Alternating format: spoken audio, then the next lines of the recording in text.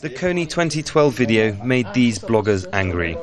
They say it ignored Ugandan voices, and so they launched a website in response and set out to make their own YouTube video.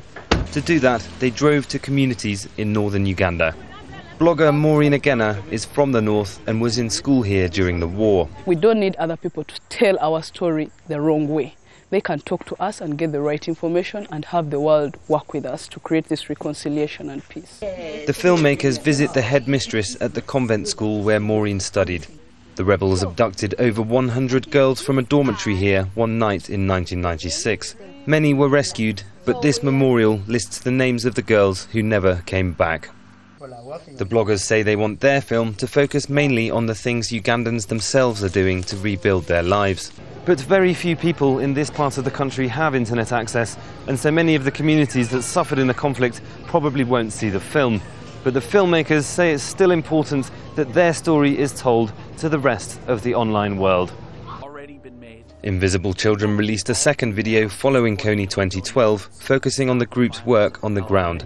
It includes more local voices. The world should know that this war is complex. If it wasn't complex, it wouldn't have stayed for 26 years. The bloggers say it's a welcome but belated response to the criticisms, and that most of the local people interviewed either work for or are helped by Invisible Children.